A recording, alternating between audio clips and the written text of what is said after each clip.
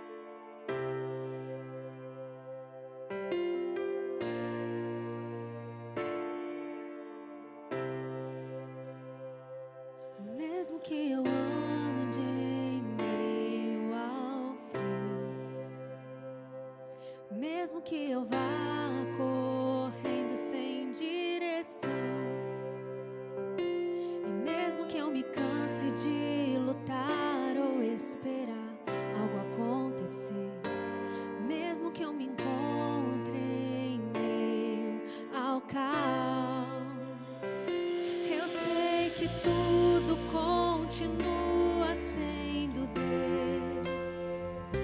Eu sei que posso sempre andar com ele. Eu sei que o seu amor é duradouro e é para sempre. sei que o seu amor é pra mim.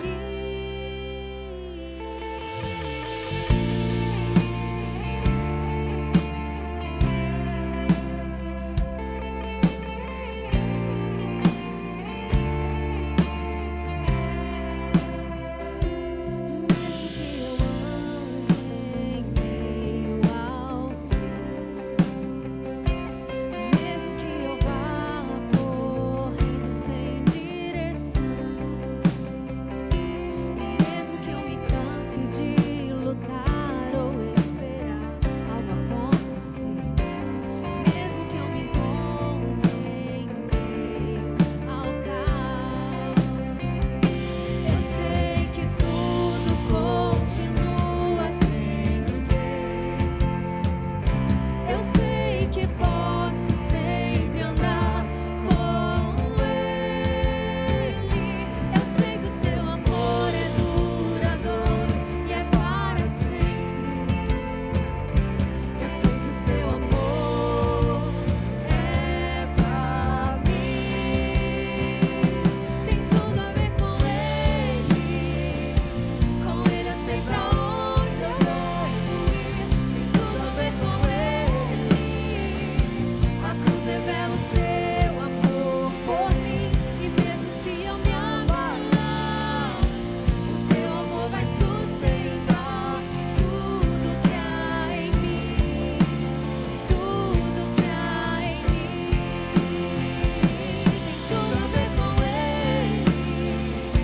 Com Ele eu sei pra onde eu devo ir. Tem tudo a ver com Ele. A cruz revela o seu amor por mim. E mesmo se eu me abalar, o teu amor vai sustentar tudo que há em mim. Tudo que há em mim.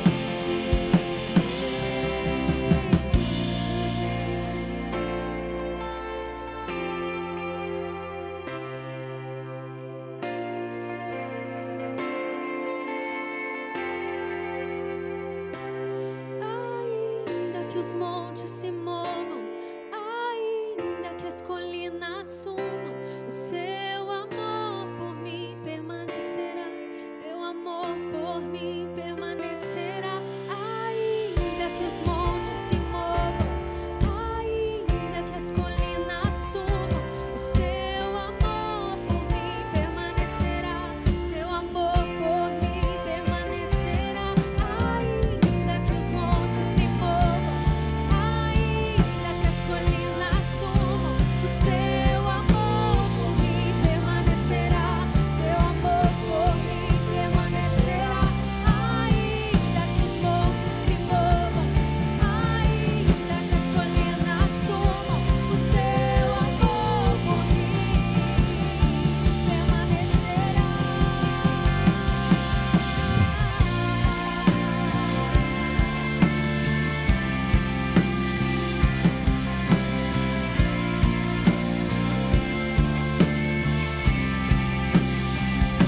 Tem tudo a ver com Ele.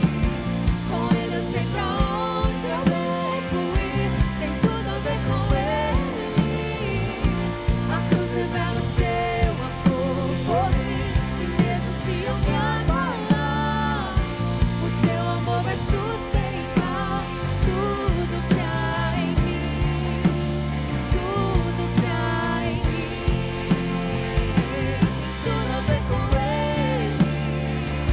Com Ele eu sei pra onde eu devo ir. Tem tudo a ver com Ele. A cruz revela o seu amor por mim. E mesmo se eu me abalar, o teu amor vai sustentar tudo que há em mim. Tudo que há em mim. Tem tudo a ver com Ele. Com Ele eu sei pra onde eu devo ir. Tem tudo a ver com Ele. A cruz revela o seu amor por mim. E mesmo se eu me abalar, o teu amor vai sustentar tudo que há em mim. Tudo que há em mim.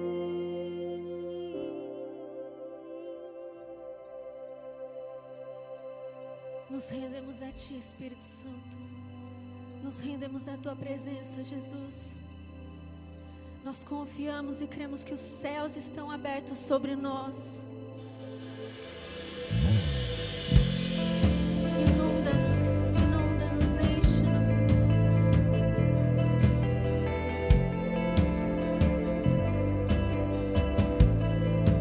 Maravilhas e sinais derramou por seu Espírito sobre jovens e anciãos,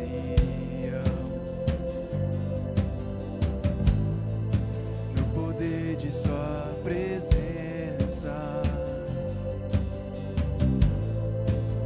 Santo Espírito, como chuva vem, rompe em meu louvor ao cantar do teu amor.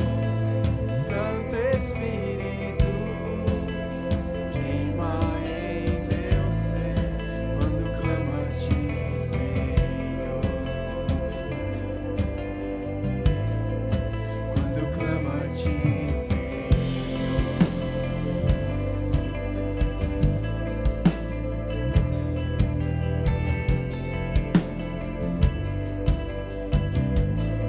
Sonhos e visões dos céus. Quando estou em Tua presença, me revelas Teu amor e contemplo Tua grandeza. Santo Espírito, como chuva vem, rompe em meu louvor ao cantar do teu amor. Santo Espírito, queima em meu ser quando clamo a ti, Senhor.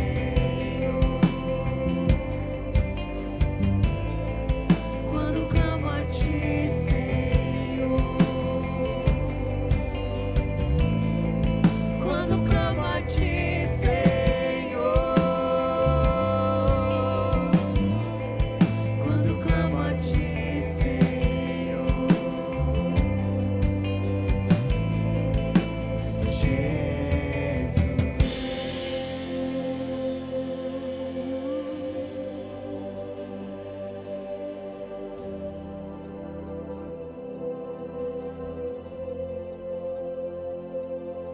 Espírito Santo, vem como fogo que consome, me consome em Tua presença. Deus, eu me rendo à Tua glória, pra Tua glória. Espírito Santo, vem como fogo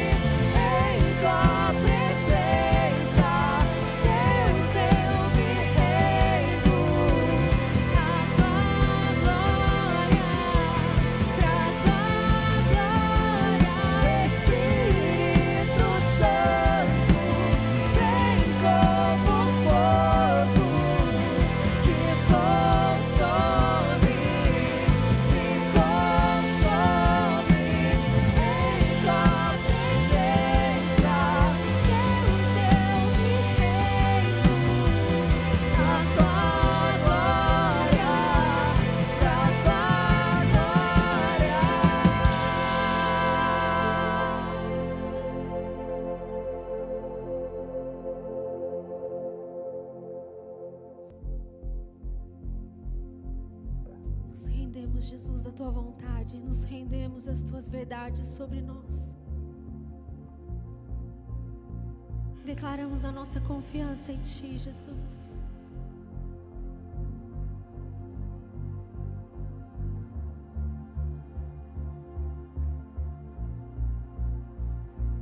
Em paz estou,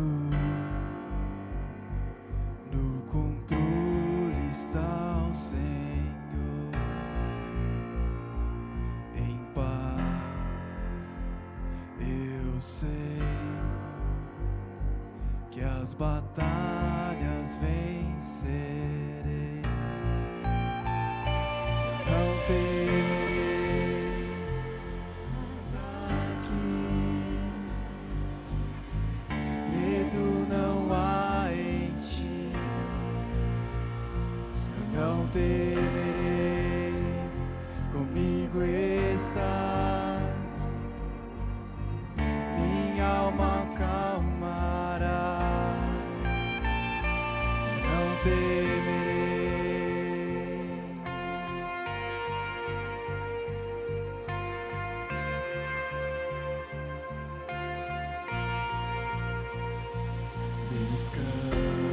Descanse em paz, o que prometeu fará. Espere em paz, veja a graça te encontrar. Não temerei, estás aqui. Medo não há em ti. Eu não temerei, comigo estás. Minha alma acalmarás. Eu não temerei.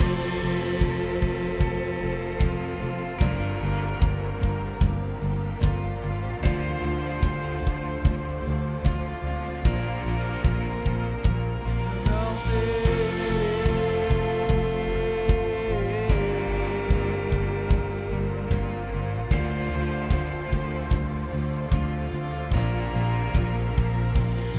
Teu amor e graça, paz e bondade me seguirão, me seguirão. Teu amor e graça, paz e bondade me seguirão, me seguirão.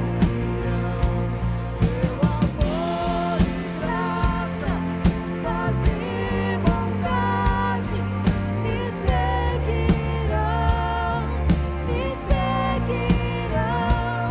Teu amor e graça, paz e bondade me seguirão, me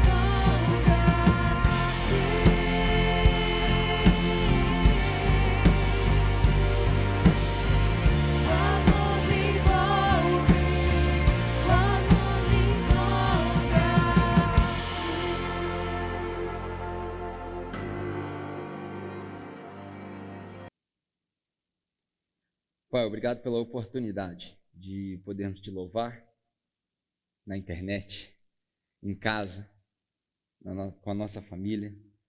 Obrigado, Pai, porque o Senhor continua sendo bom. Obrigado porque o Senhor tem nos abençoado.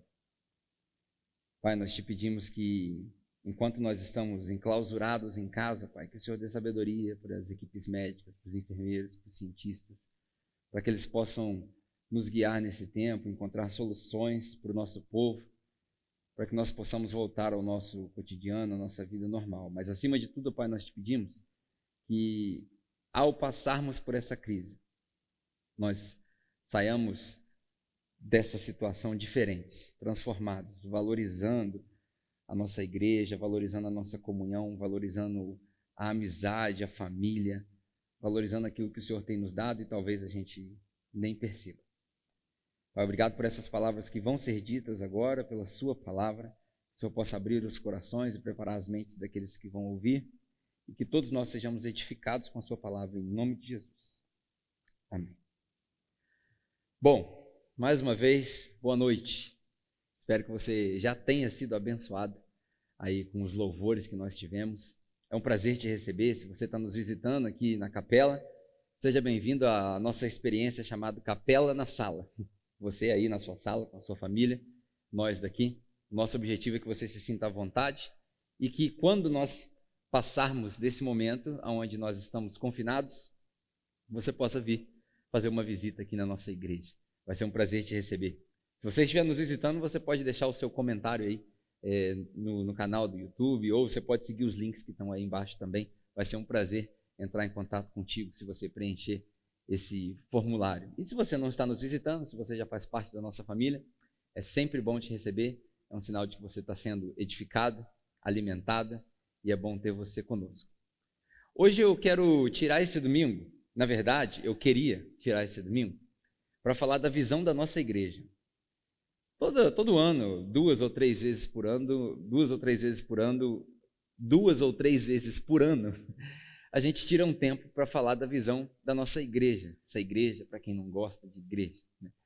E eu não tinha planejado isso. Eu tinha planejado que a igreja ia estar cheia e que a gente ia poder comunicar para todo mundo. Mas existe um ditado judeu que diz o seguinte: o homem planeja, Deus ri.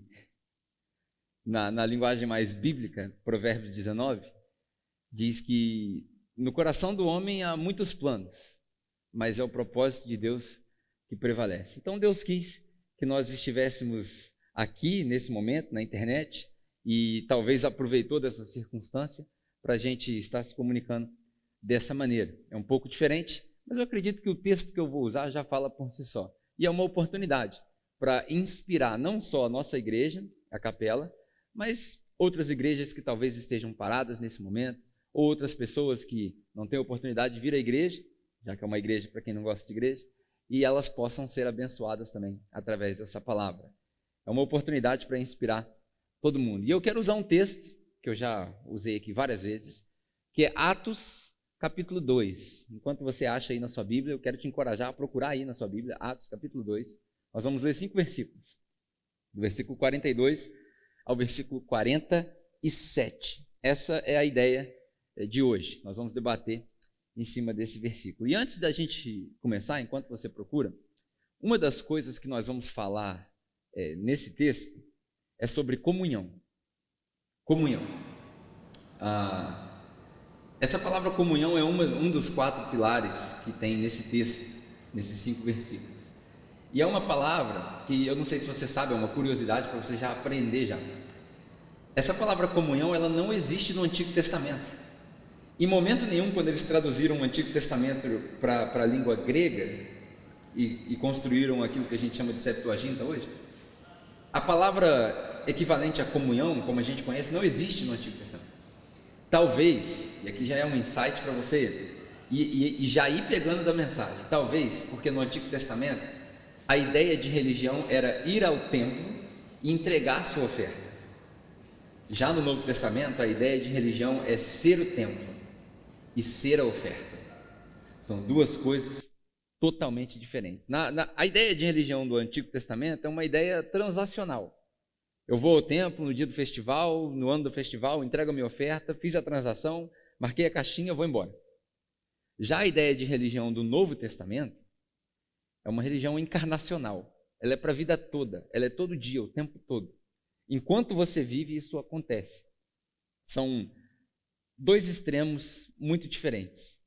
E eu penso assim, existe uma diferença muito grande entre a igreja do Antigo Testamento, a igreja do Novo Testamento e a igreja do nosso Testamento. A gente tem 3 testamentos hoje, nos nossos dias. A igreja do Antigo Testamento, a igreja do Novo Testamento e a igreja do nosso Testamento. Tem muita gente que acha que nós somos a igreja do Novo Testamento, que nós vivemos o tempo, a dispensação da Nova Aliança. Eu discordo. Eu acho que nós vivemos o nosso Testamento. Você vai entender por quê. Na verdade, a nossa igreja ela parece muito mais com a igreja do Antigo Testamento. Uma igreja cheia de rituais, sincretismos, ideias que não vieram de Cristo, como a gente comentou na última mensagem, filosofias de homens. A igreja parece muito com a religião do Antigo Testamento. A igreja de hoje em dia, que a gente diz ser a igreja do Novo Testamento, tem rituais para o batismo, ritual para a ceia, ritual para a membresia.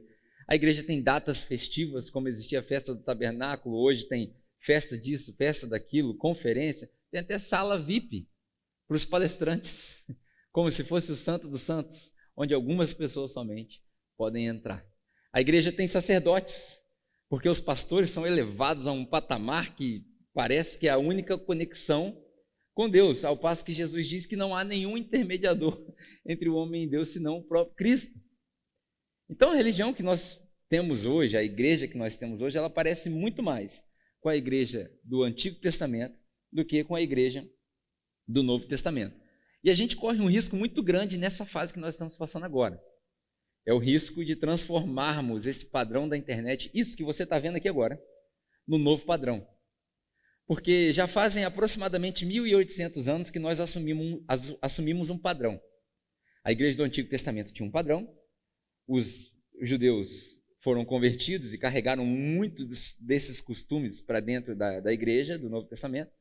A igreja que Jesus talvez tentou deixar para nós durou aí 100 anos, 150 anos, e logo depois disso, algumas coisas foram acrescentadas e isso se tornou a religião que a gente conhece hoje, que durou aí 1.800 e poucos anos. Rolou uma tentativa na reforma de talvez trazer de volta os princípios de Jesus, mas a gente viu que mudou a roupa, o produto continuou quase o mesmo. Hoje nós estamos passando uma transição com essa paralisação que a gente teve, essa quarentena, o isolamento, o distanciamento social, que quer você acredite ou não, quer você seja conspiracionista ou não, isso não vem ao caso, não é motivo para discussão agora, nós estamos transformando a maneira que a gente se comunica. E isso é bom, porque a igreja está renascendo, a igreja está reaparecendo, nós estamos nos redescobrindo.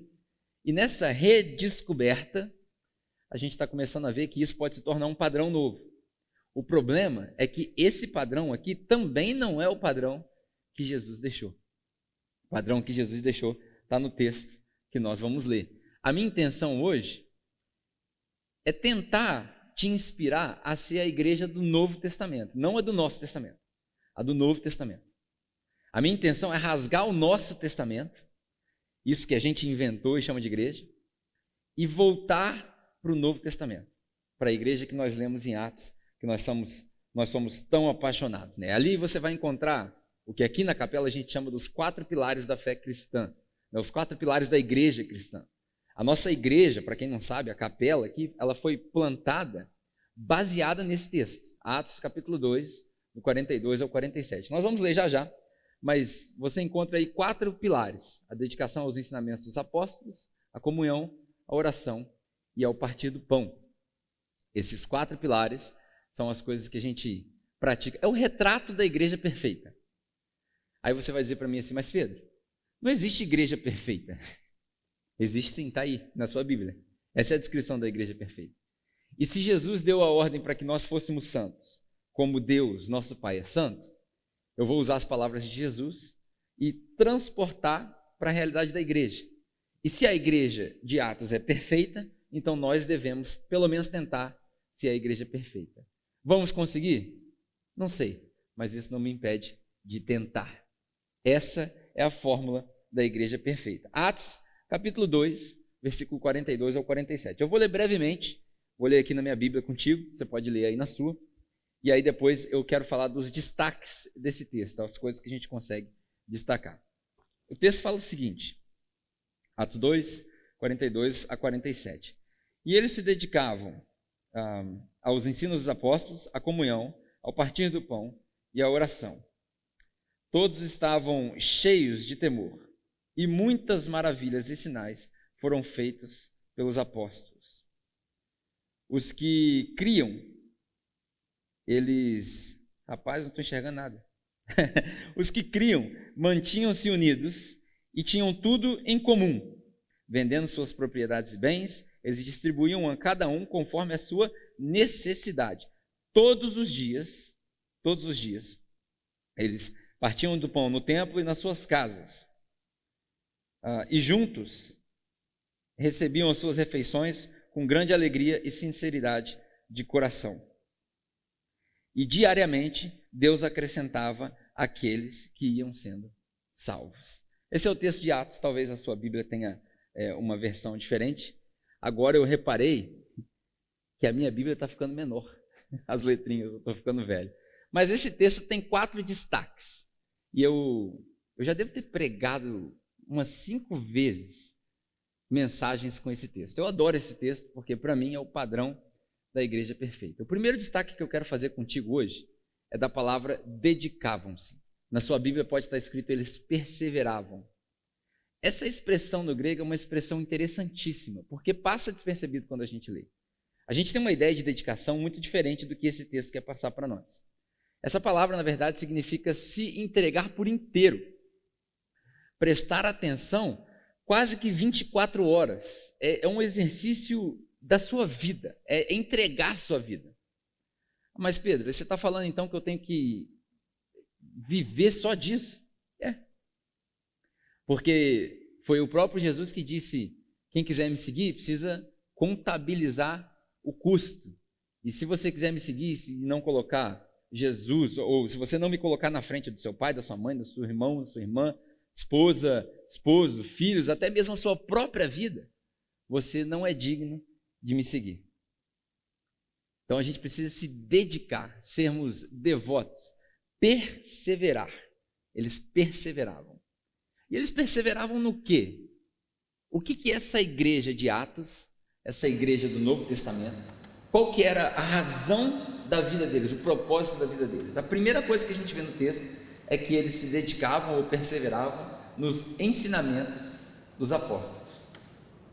Os ensinamentos dos apóstolos. Mas o que é o ensinamento dos apóstolos? Certamente os apóstolos não estavam ensinando Bíblia para eles. Como assim, Pedro? Os apóstolos não estavam ensinando Bíblia para eles. De uma maneira simplificada, o ensinamento dos apóstolos era o seguinte: Jesus é filho de Deus. Na última mensagem nós falamos claramente sobre isso. Jesus é filho de Deus. Ele veio, nasceu um nascimento miraculoso, nasceu da Virgem, viveu uma vida perfeita, foi tentado e não pecou, morreu por mim e por você, ressuscitou e prometeu que vai voltar para buscar a sua igreja. Esse era o ensinamento dos apóstolos.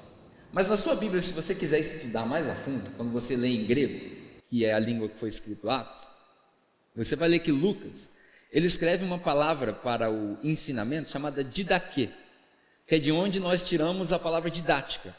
No nosso idioma, numa explicação bem simples, didática poderia ser o estilo de ensinar, ou a maneira de ensinar algo, de colocar em prática, como a gente ensina. A gente diz que os professores têm uma boa didática, uma boa maneira de ensinar. É da onde vem essa palavra, didaquê. Essa palavra didaquê, ela significa exatamente isso, o que fazer. Não é à toa que as cartas de Paulo, por exemplo, são muitas delas instrutivas. Gente, não faz isso, faça isso. Porém, o que a maioria das pessoas não sabe é que no primeiro século existia um documento que foi considerado parte do cânon da Bíblia. O cânon são esses livros que você encontra aí na sua mão. Se você procurar o livro Didaquê na sua Bíblia, você não vai achar. Mas no primeiro século, alguns pais da igreja, como Jerônimo, Anastácio, Eusébio, você lê nos escritos históricos que existia um documento chamado Didaquê, o ensinamento dos apóstolos aos judeus e aos gentios. Didaquê, ensinamento dos apóstolos aos judeus e aos gentios. Na segunda-feira eu vou enviar para a nossa igreja um PDF com esse documento. São 4 ou 5 páginas. E é um documento dividido em 16 capítulos, se eu não me engano, 4 partes. Na primeira parte ele fala a respeito do comportamento moral e ético dos cristãos. E aí, quando você lê, você vê assim, um pouco de Deuteronômio, um pouco do Sermão da Montanha, um pouco das instruções de Jesus. É uma colaboração. E aí, nos outros capítulos, ele fala a respeito dos rituais da igreja, do batismo, da ceia, enfim, é um documento fantástico. Acredita-se que o ensinamento dos apóstolos, tirando Paulo, que escreveu muitas cartas, mas o ensinamento que rodava na igreja era baseado nesse documento. E acredita-se que esse documento era considerado parte das Escrituras, e depois, por não ter origem e por outros motivos, foi retirado do cânon. Por que eu estou contando essa história toda sobre o Didaquê? Eu acredito que nós estamos vivendo tempos apostólicos. Presta bem atenção no que eu vou te falar, porque todo mundo que me conhece vai estranhar eu usar esse termo, tempos apostólicos. Mas eu acredito que nós estamos vivendo tempos apostólicos, porque o que significa apóstolo? É aquele que é enviado após alguém que tem autoridade. Então Paulo era apóstolo de Jesus porque ele encontrou com Jesus e foi enviado. Pedro era apóstolo de Jesus porque foi chamado por Jesus e foi enviado. E por aí vai. Eu acredito que esse tempo é um tempo apostólico. Por quê? Os que se diziam apóstolos desse tempo estão confusos. Não estão entendendo o que está acontecendo.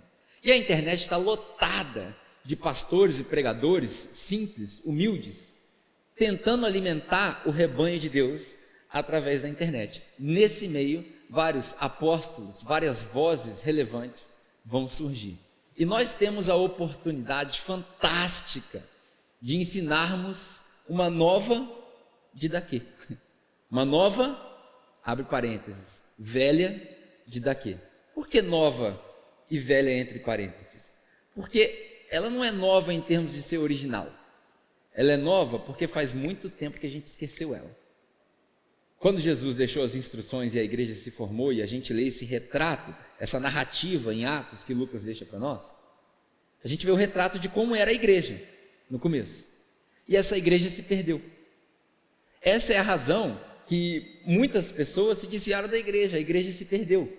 Nós plantamos a capela porque o que eu via nos púlpitos e o que eu lia na Bíblia eram duas realidades diferentes. Então hoje nós temos a oportunidade de voltarmos à Didaquê original. Nós temos a oportunidade de trazer um novo ensinamento, que não é novo, como Jesus dizia, um novo mandamento eu vos dou, é um novo mandamento que não é novo.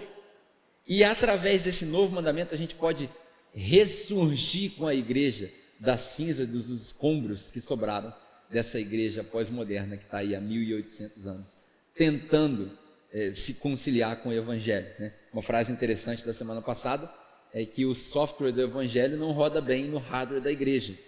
O hardware da igreja está obsoleto, são 1800 anos de hardware que está travando. Para você ter uma ideia do que eu estou falando, fica comigo aqui, eu estou falando ainda só do ensinamento dos apóstolos. Para você ter uma ideia do que eu estou falando, o comum na igreja, isso é comum, tá? Comum nas igrejas, todas as igrejas, é que o membro regular da igreja, ele tem uma participação na vida da igreja, nas coisas de Deus, de aproximadamente 2 a 4 horas por semana. Eu sempre brinquei com os meus líderes que a gente tem que atuar no Ministério 167, Ministério 167. Isso é uma brincadeira, porque a semana tem 168 horas, e a igreja se acostumou a basear todo o ensinamento, todo o discipulado, toda a comunhão, num evento de 1 ou 2 horas na semana. Algumas com 2 eventos, um culto de ensino talvez na quarta-feira, quinta-feira, e um culto de domingo. E os cristãos que frequentam essas igrejas, eles exercitam a sua fé comunitária de 2 a 4 horas por semana. Quando a crise do coronavírus se instalou, nós tivemos uma revolução. Para algumas pessoas foi um choque, mas para a nossa igreja, por exemplo, veja o que aconteceu. Hoje, a gente tem um grupo de discipulado que foi formado, que tem aproximadamente 100 pessoas, para ser mais exato, 97 hoje. E essas 97 pessoas, nem todas estão engajadas, mas grande parte delas estão. E toda terça e quinta, eu coloco um vídeo de uma reflexão a respeito de um assunto importante para o nosso discipulado. Nós já falamos de missiologia e falamos de cristologia já. Se você quiser participar desse grupo, tem um link na descrição desse vídeo e aí você pode participar, só clicar aí, é um grupo de WhatsApp. Esses vídeos têm por volta de 20 minutos, 15, 20 minutos cada um. Além disso, toda terça e quinta, às 6 horas da tarde, eu abro o grupo para uma discussão. E nessa discussão, as pessoas são encorajadas a dar o seu ponto de vista. E aí a discussão rola por aproximadamente 6 horas. Ou seja, nós saímos de uma realidade onde a gente praticava a nossa fé comunitária entre 2 e 4 horas por semana, para uma realidade onde a gente pratica a nossa fé comunitária, ainda que virtualmente, por aproximadamente 20 horas na semana. Tá, a semana tem 168.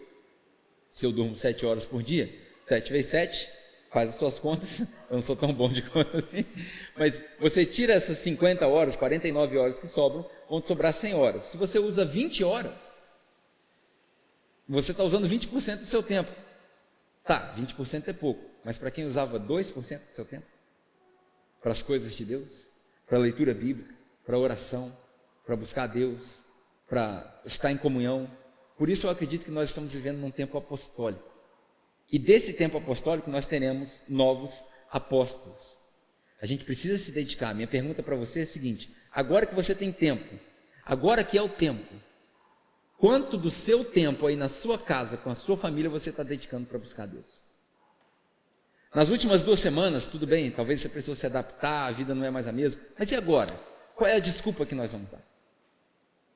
Eu e você temos tempo agora. O tempo foi liberado. Talvez Deus tenha usado essa crise para mostrar para nós a importância do nosso relacionamento com Ele. A segunda coisa que a igreja se dedicava, perseverava, era na comunhão. E eu quero estressar o significado da comunhão nessa mensagem de hoje. Por quê? Comunhão não é só compartilhar nossa presença. Muita gente acredita que comunhão é estar junto. Não.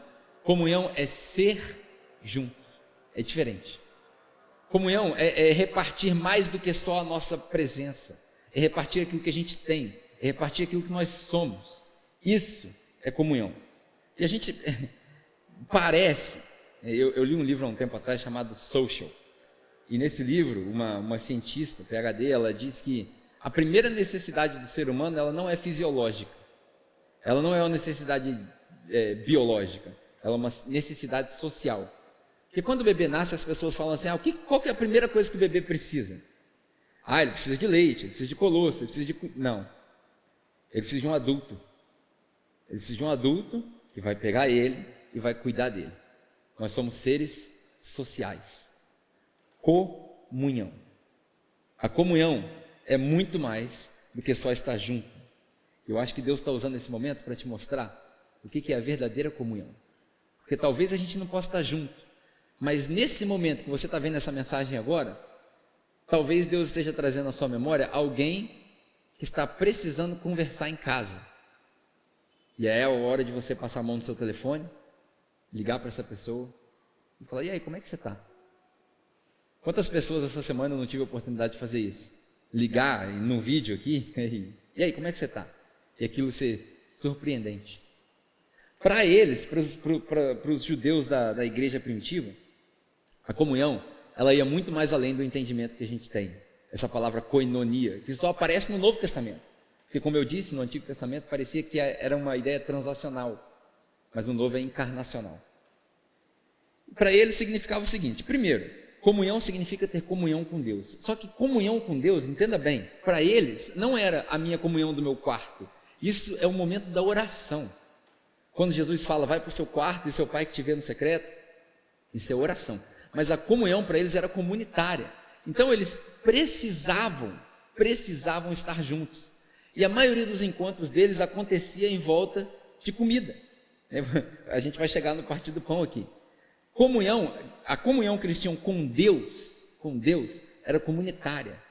É a experiência do culto. Gente, você está me assistindo aí em casa. Talvez você não seja nem de Volta Redonda.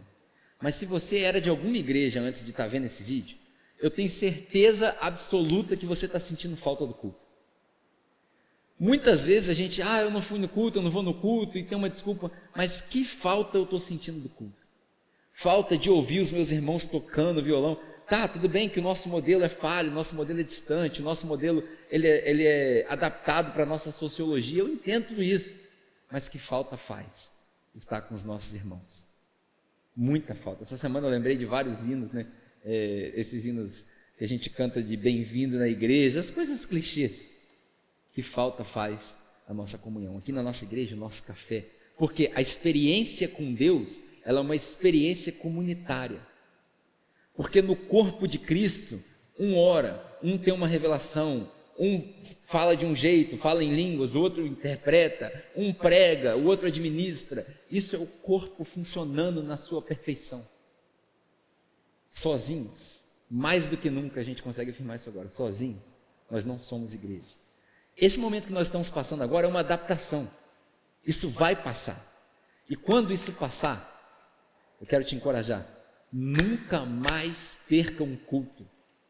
Nunca mais perca uma reunião dominical. Sabe os nossos irmãos antigos, os nossos avós, que diziam, domingo é o dia do Senhor. Cara, posso abusar e posso te pedir? Vamos ser religiosos como eles. Religiosos no bom sentido. Não vamos perder o culto, não. Porque o culto é a expressão da igreja local para aquele que não conhece a igreja de Cristo. A gente sempre diz aqui no nosso meio que o domingo ele é um evento estratégico para mostrar para quem não é igreja a importância de ser igreja. Comunhão para eles era comunhão com Deus, era comunhão com o próximo também, obviamente, era compartilhar a minha vida contigo. E eu acho que o que falta hoje na igreja, para a gente ser verdadeiro na comunhão, é autenticidade. Porque a nossa comunhão, grande parte das vezes, ela é falsa. Não vou pedir para você levantar a mão porque eu não estou te vendo, eu podia pedir para você digitar aí, né? Mas aí você vai distrair. Mas pensa aí no seu sofá. Quantos de nós já não passamos por experiências que nós íamos para a igreja e aí passava por um irmão ou por outro na igreja e nem falava direito, que desse aí eu não gosto. Os grupinhos de igreja. A nossa comunhão ela é muito superficial. A comunhão deles não. A comunhão deles era autêntica. Eles estavam sendo perseguidos, eles precisavam uns dos outros. Eu li um livro agora recentemente chamado Good Faith, Boa Fé.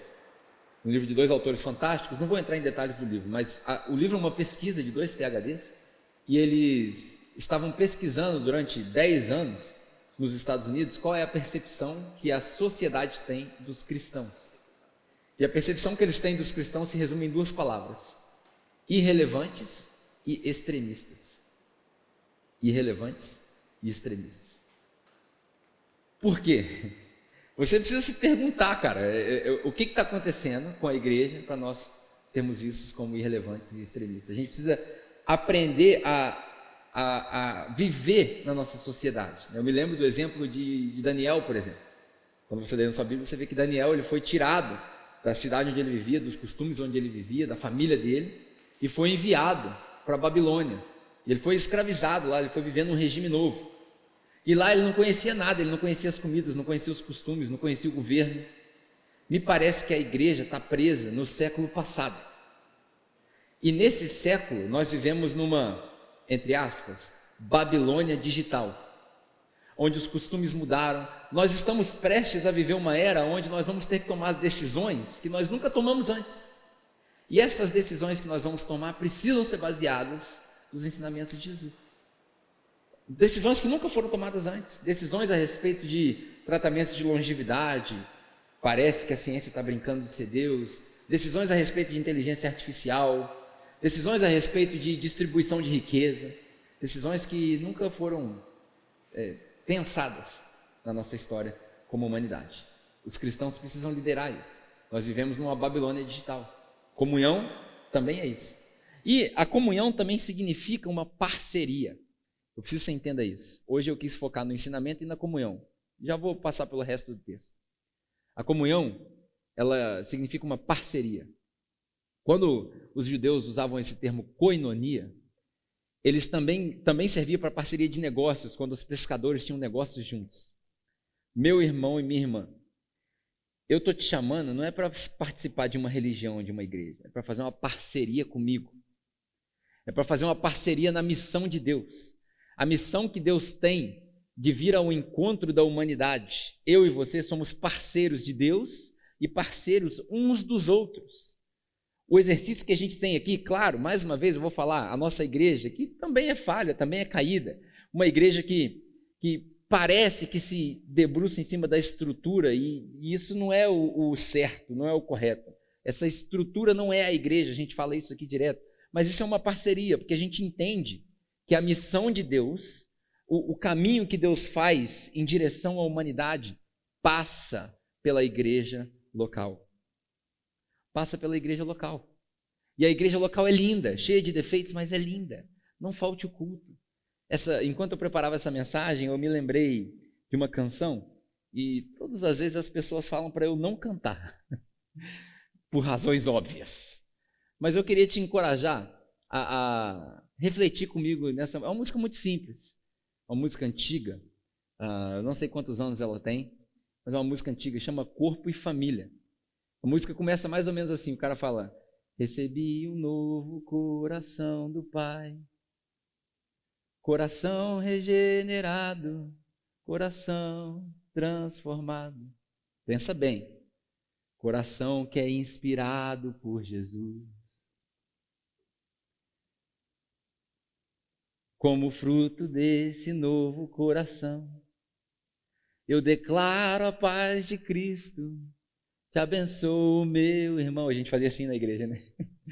Preciosa é a nossa comunhão. Eu chorei, cara, em casa, quando eu cantava Preciosa é a nossa comunhão, porque eu estou sentindo saudade dos meus irmãos. Estou sentindo saudade de você. Talvez tenha gente me assistindo que não vem nos nossos cultos, mas você que é da capela, eu estou sentindo saudade de te abraçar. Porque a comunhão é preciosa.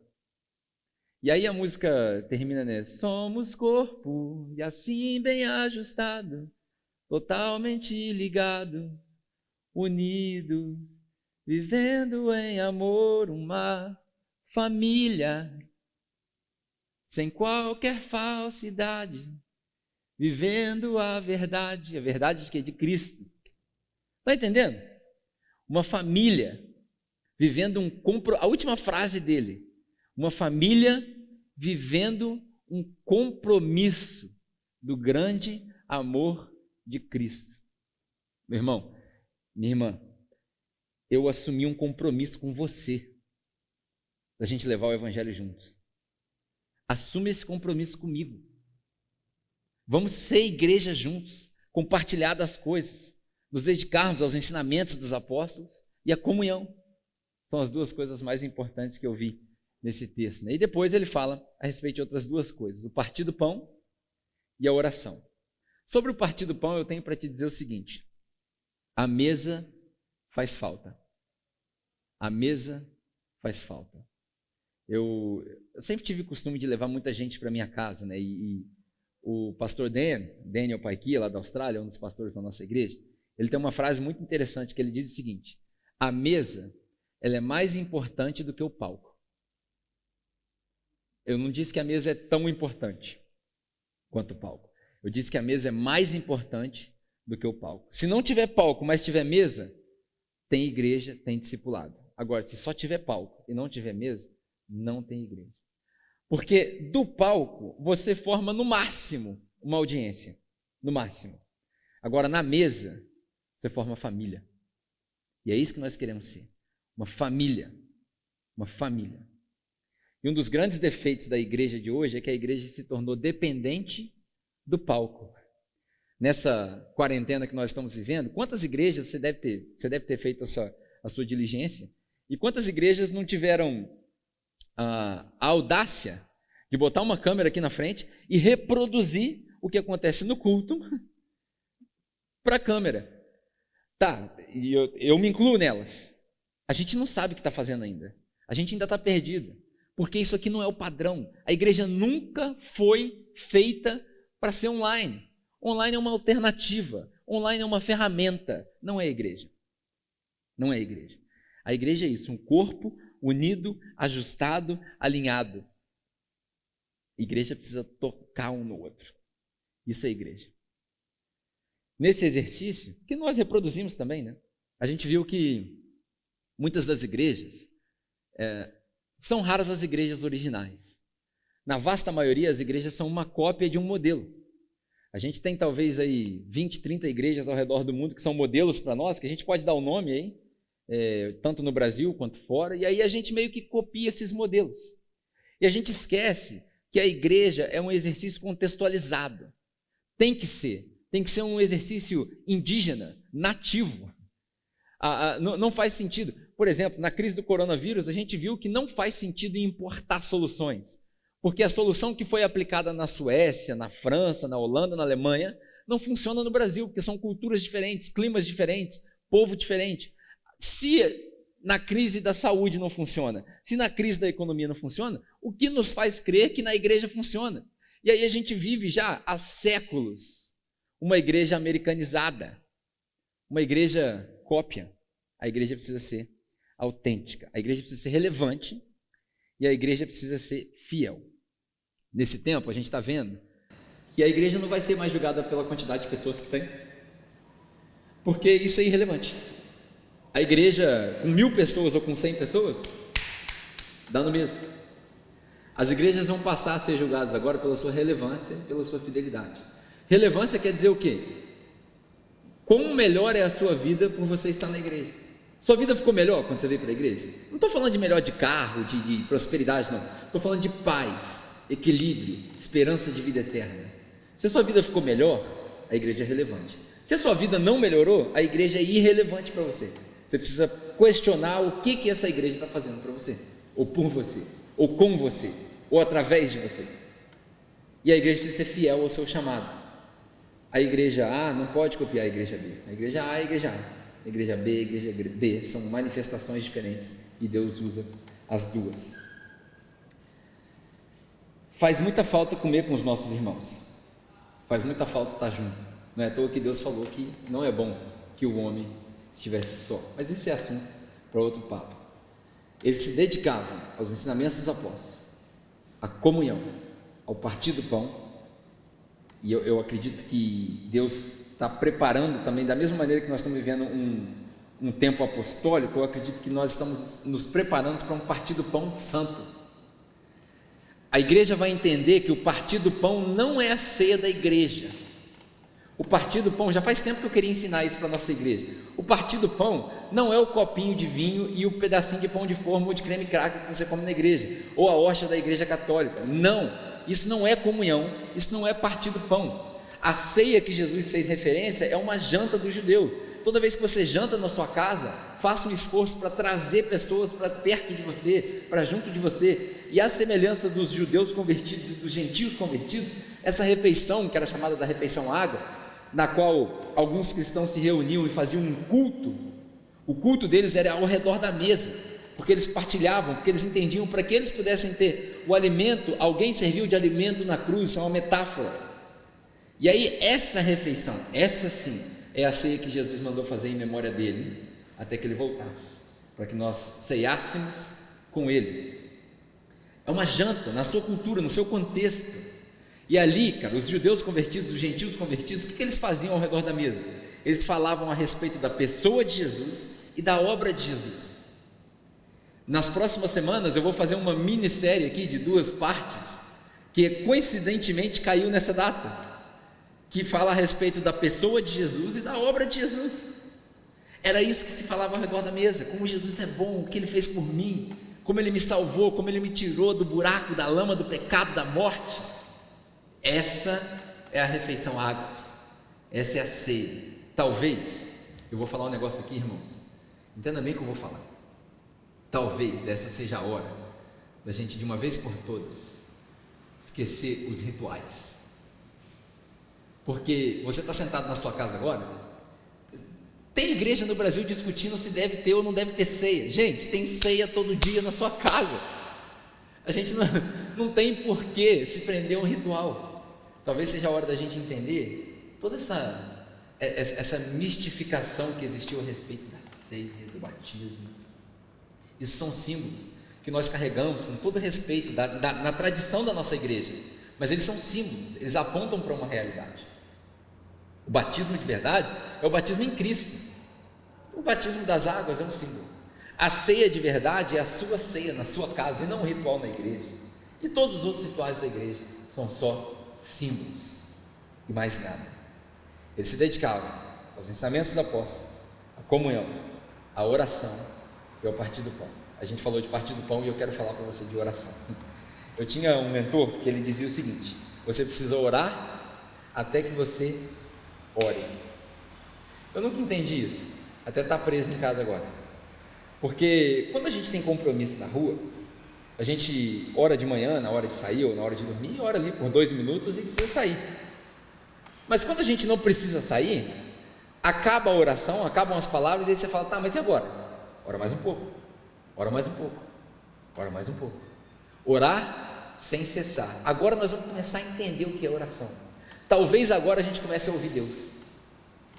Há 1800 anos a gente está vivendo uma fase onde é muito difícil ouvir Deus, esporadicamente, em alguns momentos, na história da Igreja Católica, talvez na história da Reforma, talvez nessa igreja pós-moderna, em alguns raros momentos, Deus se manifestou e a igreja ouviu.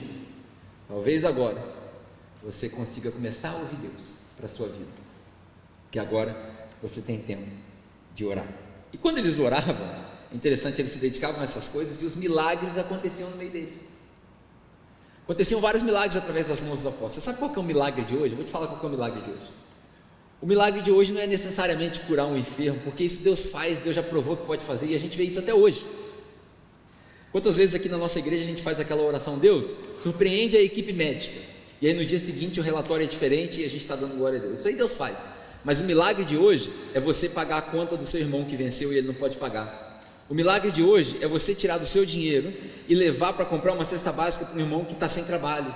O milagre de hoje é você sair e se voluntariar num momento de risco para ajudar os hospitais. O milagre de hoje é não espalhar o pânico, espalhar fé. Esse é o milagre de hoje. O milagre de hoje é servir o próximo como se fosse você mesmo, porque até isso a igreja conseguiu corromper, a igreja conseguiu deturpar. A gente pegou o ensinamento de Jesus, que resume toda a lei, amar o próximo como a si mesmo, e cometeu o suicídio intelectual de dizer que para eu amar o próximo eu preciso me amar primeiro. Isso é o maior, nem sei como descrever isso para não ofender os meus irmãos, mas não é isso que Jesus quis dizer. Não é à toa que até o momento que Jesus chegou na terra, a regra de ouro, né, faça para o próximo aquilo que você quer que seja feito para você mesmo, ela só era dita na negativa. Não faça para o próximo aquilo que você não quer que seja feito para você, porque ninguém estava disposto a fazer pelo próximo. Quando Jesus chegou com a regra de ouro, e quando ele resume a lei e os profetas nesses mandamentos, o que ele quer dizer é o seguinte: faça para o próximo aquilo que você deseja que fosse feito para você. Então, amar ao próximo como a si mesmo não é se amar primeiro, é amar o próximo mais do que você, porque você está colocando nele o seu amor. É como se a gente pudesse dizer, num exagero literário, que o próximo é uma extensão de mim mesmo, porque nós somos um corpo, e nesse um corpo, o meu próximo não pode ter necessidade. No meio deles, quando a gente lê esse texto de Atos, não havia nenhum necessitado. Irmãos, eu vivo repetindo isso aqui. No nosso meio, ninguém pode ter necessidade de nada. Porque se todo mundo participar de tudo, ninguém vai ter falta de nada. É errado uma igreja pomposa, uma igreja com uma pregação bonita, uma igreja cheia de equipamentos, que os irmãos vêm a pé para a igreja e têm necessidade em casa. Não! Os irmãos precisam ter as suas necessidades supridas primeiro. O aluguel da igreja é um compromisso que a gente assume só depois dos irmãos estarem estabelecidos. Não faz sentido uma organização ser paga com o dinheiro que deveria suprir a necessidade da igreja. Não faz sentido. Esse é o milagre de hoje. Eles tinham tudo em comum. Eles não tinham posse. E eu estou terminando já o texto. A expressão interessante não é que eles não tinham posse, nada deles, mas tudo que era deles, eles estavam dispostos a compartilhar. Em Atos capítulo 4, você vê as pessoas vendendo as suas propriedades para trazer para os pés dos apóstolos e distribuir de acordo com a necessidade de cada um. Irmãos, preste bem atenção no que eu vou te falar agora. A gente passou 4 anos aqui sem falar de dinheiro, e eu cometi um erro. E eu vou falar de dinheiro para você agora muito brevemente. Como que a gente faz com dinheiro? Tudo que você puder, irmãos, eu não quero que você cometa irresponsabilidade, eu não estou falando de dízimo, a gente já deixou muito claro aqui que dízimo não é coisa para a nossa realidade, mas eu quero que você assuma um compromisso em ser igreja com os nossos irmãos para que não haja necessidade no nosso meio. Como que funciona? Você confia em Deus primeiro, você se entrega para Deus, você todo, confia em Deus primeiro, e diz para Deus: Deus, o que você quer que eu faça com o meu dinheiro? Deus vai te instruir, vai falar para você pagar suas contas, vai falar para você suprir para sua família e vai falar para você participar do exercício comunitário. E no exercício comunitário você vai confiar na gestão que é feita para arcar com os compromissos e cobrir as necessidades dos irmãos. Na nossa igreja, irmãos, e eu não estou fazendo propaganda da nossa igreja como se fosse competição, toda igreja deveria ser assim. Até hoje, não existiu ninguém passando necessidade. O que a gente pode fazer para suprir essa necessidade, nós vamos fazer. Aí quando a igreja crescer, como é que a gente faz? Não sei. Divide em várias igrejas pequenas, mas não pode haver necessidade no nosso meio. Eles compartilhavam tudo. Esse é o segredo da revelação da generosidade e a sabedoria da gestão. Duas coisas. Você precisa ter uma revelação de generosidade. Eu quero participar. Toma, tudo que eu tenho. E o grupo da igreja, no todo, precisa ter sabedoria para gerir, para ter a gestão desses recursos.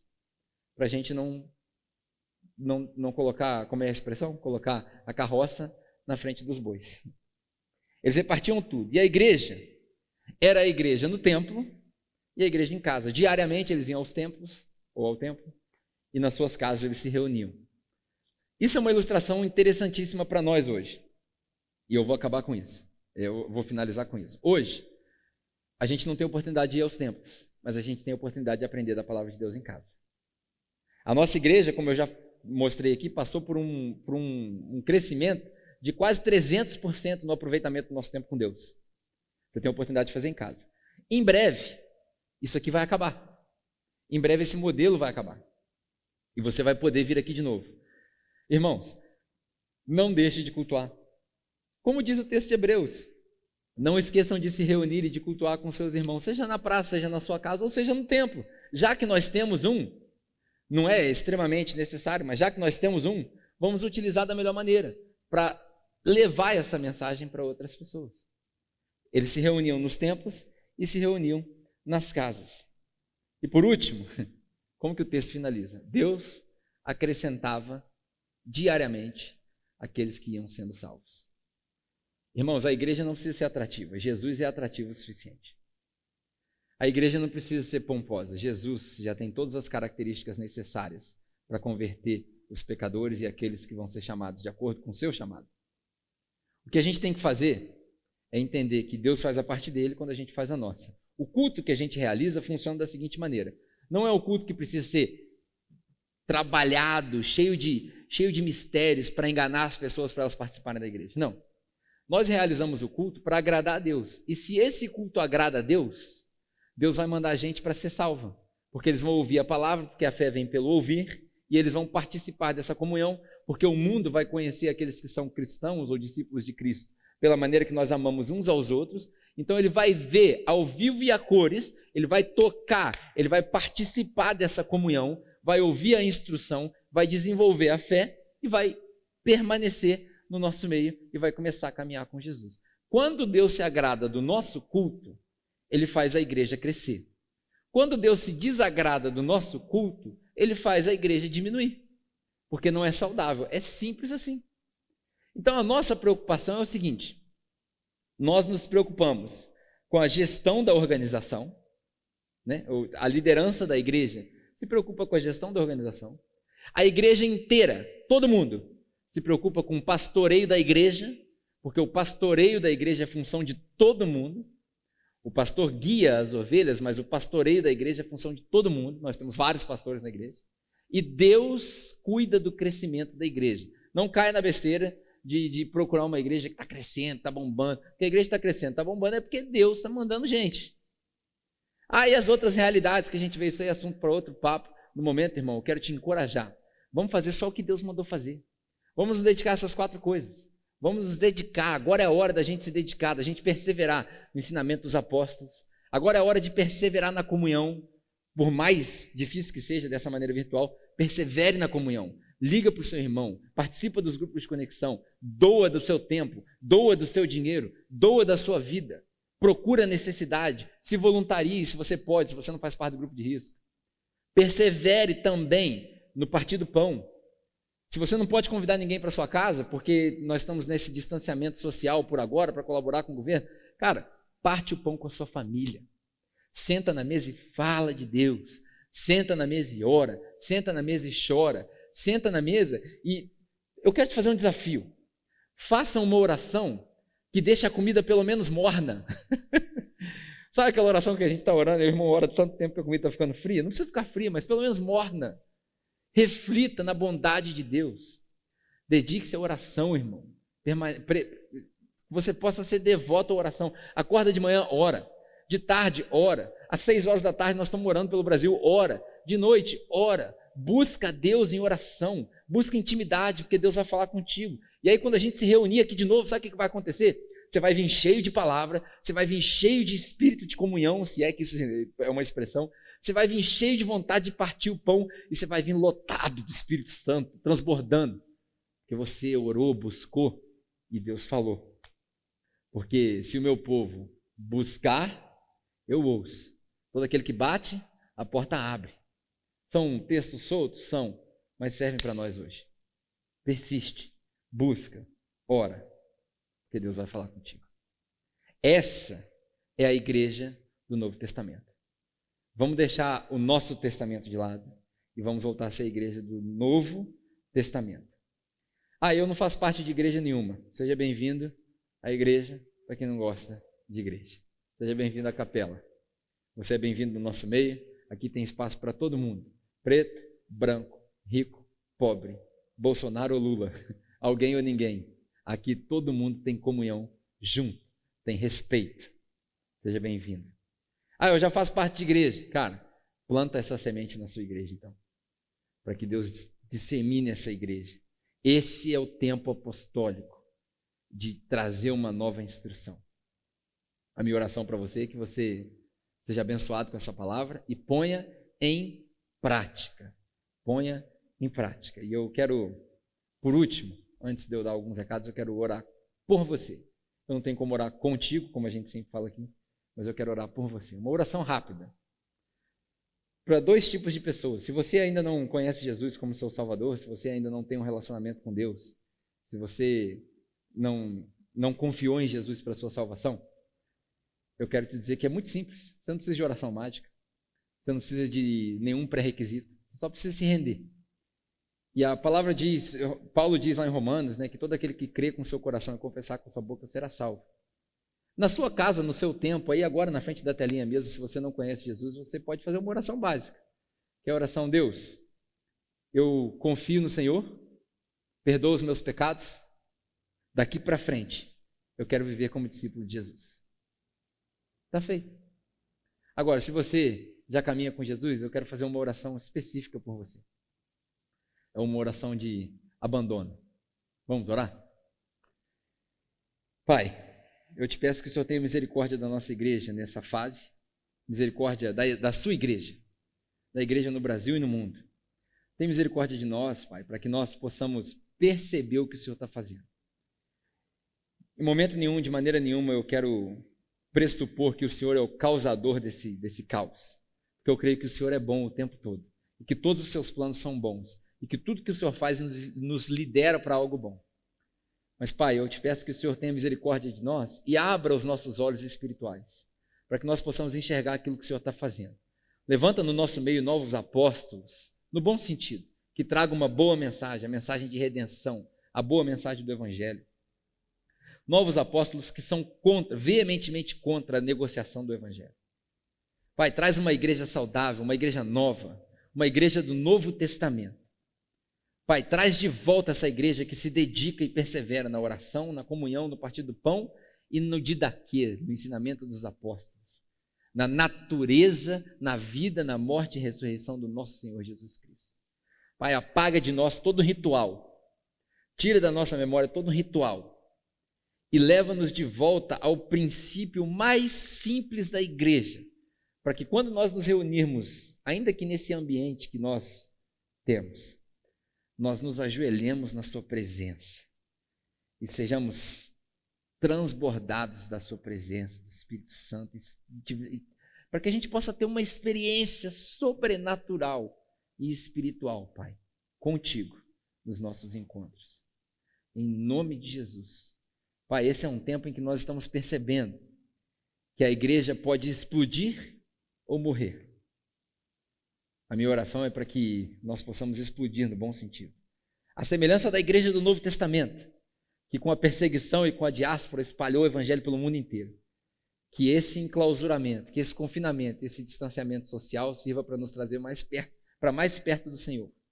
Para que quando nós tivermos a oportunidade de propagar o seu evangelho novamente, nas ruas, pelos telhados das casas, que nós o façamos com orgulho e cheios de poder e autoridade do Espírito Santo. Em nome de Jesus. Amém. Amém. Bom, espero que você tenha sido edificado por essa mensagem. Lembre que esse culto online não substitui a sua igreja. Se você não é parte da capela, é um prazer ter você aqui conosco, mas não deixe de participar da sua igreja. Não deixe de congregar com os seus irmãos. E se você é parte da capela, isso é temporário. A gente sempre transmitiu os nossos cultos online, mas agora em função da paralisação e do distanciamento social, nós estamos fazendo os nossos cultos somente online. Em breve, nós vamos voltar. Ei, eu quero te encorajar para um negócio. Isso vai passar em breve, mas algumas semanas a gente vai estar de volta. Toda interrupção na história da humanidade trouxe uma inovação. Nós estamos aprendendo muita coisa enquanto igreja. E isso é muito bom para nós. Eu quero te encorajar a ser igreja comigo. Assumir esse compromisso que a gente falou. Assumir esse compromisso de compartilhar, de koinonia que nós temos. Então, a gente tem algumas coisas preparadas para a nossa igreja. Uma delas é o grupo de discipulado que está aberto para todo mundo. É um grupo de WhatsApp, onde eu coloco um conteúdo exclusivo ali para a nossa igreja. Se você estiver assistindo de longe, ele está no YouTube, mas as discussões rolam nesse grupo. E lá, cara, a gente está aprendendo sobre quem é Jesus, a importância da missão da igreja. Eu gostaria muito que você participasse. O link está na descrição aqui desse vídeo. Você pode clicar, você vai automaticamente para o grupo. Também quero te encorajar a participar dos grupos de conexão.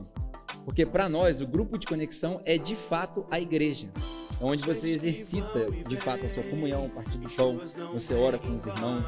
Essa reunião aqui é muito grande, embora hoje seja virtual, mas ela é muito grande. O grupo de conexão é a nossa verdadeira igreja. Participe de um grupo de conexão. Se você estiver perdido, aqui na descrição do vídeo também tem o meu telefone. Pessoal, pode me ligar, pode me mandar uma mensagem se você quiser participar de um grupo de conexão, e eu vou te encaixar em um grupo para você poder discutir suas ideias, ser pastoreado, pastorear, compartilhar da sua vida. E por último, eu quero falar um negócio que é muito desconfortável, mas é necessário. Nós estamos começando o mês de abril e vai vencer o nosso aluguel. Como eu disse, essa crise vai passar. E na hora que passar, nós vamos precisar voltar para cá. E isso daqui tem um custo, que eu e você concordamos em pagar juntos. Não é mais importante do que a necessidade dos nossos irmãos. Mas é importante para nós, enquanto igreja, para que a gente se reúna aqui e possa propagar o evangelho, pois nós acreditamos que a missão de Deus passa por aqui. Então eu quero te encorajar a fazer a sua contribuição online. Se você quiser contribuir, você pode me mandar uma mensagem no meu número de telefone, que já está aqui na descrição, e eu vou te encaminhar os dados bancários, porque a nossa igreja é pequena, a gente tem uma certa maneira de lidar com isso. Vou te encaminhar os nossos dados bancários pelo WhatsApp e você pode fazer sua transferência para que a gente possa ficar com os nossos compromissos e ninguém tenha falta de nada.